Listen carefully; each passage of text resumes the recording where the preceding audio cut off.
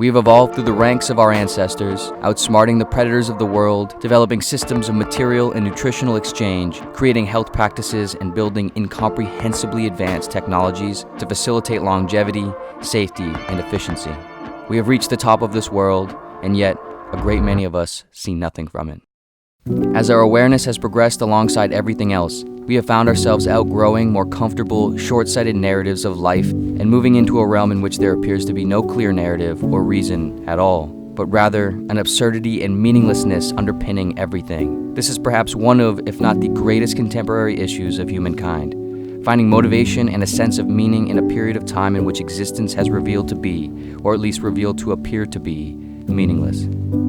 Arguably, motivation to live and live meaningfully cannot be founded on the idea that life is a universally meaningful or ultimately resolvable thing if one finds that, at its core, it isn't.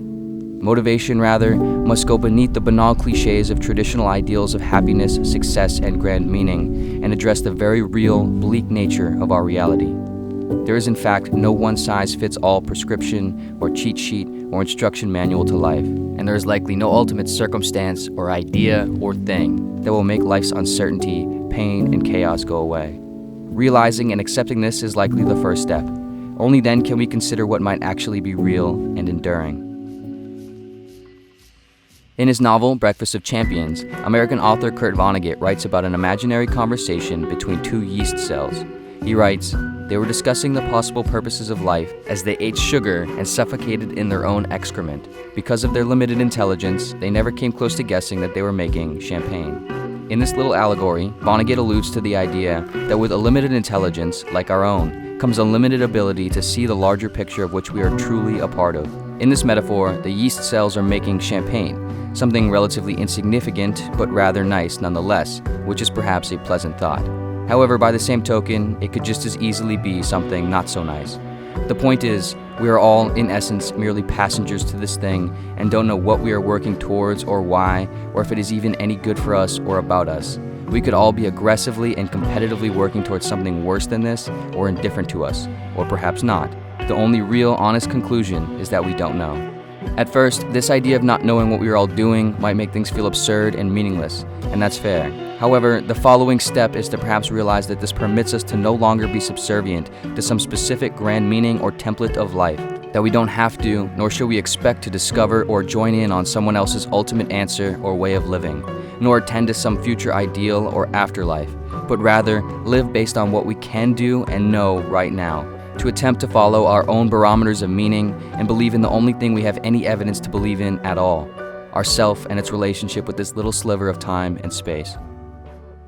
Some of the greatest minds in history have believed and empirically found that we appear to all have layers or processes of the self that, if circumstances are sufficient and effort is directed towards it, can lead to a true or higher self, a self-realization of personal purpose and meaning. This idea was proposed by popular psychologist Abraham Maslow in his Pyramid of Needs, which is a 5-tier pyramid diagram that illustrates the order and balance of human needs, starting at material and physiological needs like food, water, and safety, and then moving into psychological needs like love and esteem, and then finally into what Maslow coined as self-actualization, or living according to one's true self and their full potential.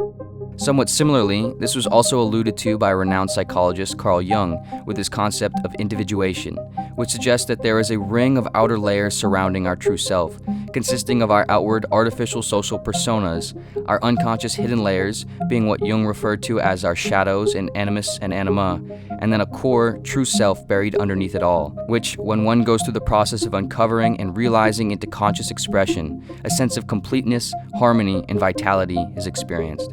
These concepts, along with others unmentioned, suggest that we each have a sort of core self and source of meaning and interest, things we actually want and should do with our life. The things we are motivated by, therefore, must not merely be to impress others, nor achieve anything according to any societal ideals, for everyone has their own unique, complicated source of motivation that leads to distinctive outputs of meaning and feelings that feeling is worth feeling at all.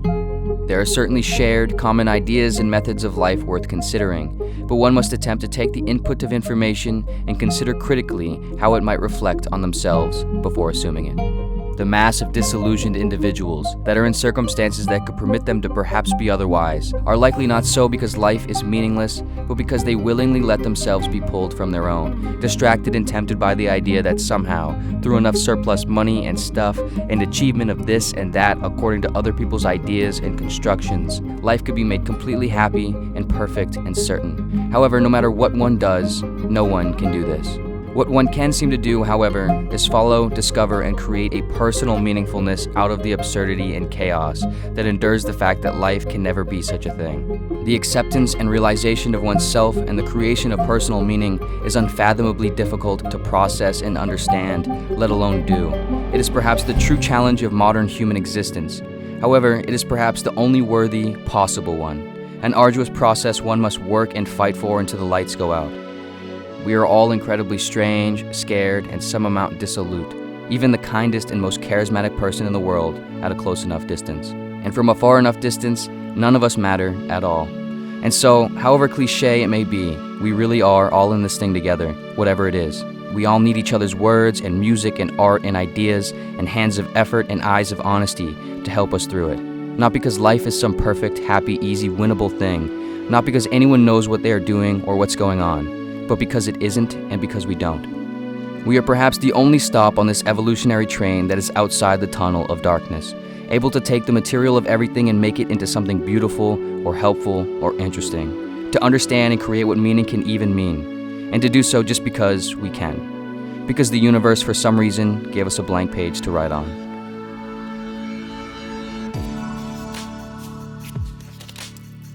Thanks so much for watching.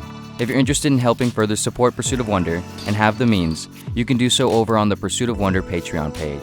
Any and all contributions help sustain the channel, its quality of resources, and ability to grow. And for that, if you do choose to become a supporter, it is wholeheartedly appreciated. As a thank you, any contribution $3 or more comes with exclusive Pursuit of Wonder offerings.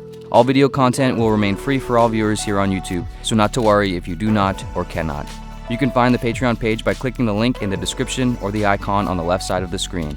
Thanks again for watching in general, and see you next video.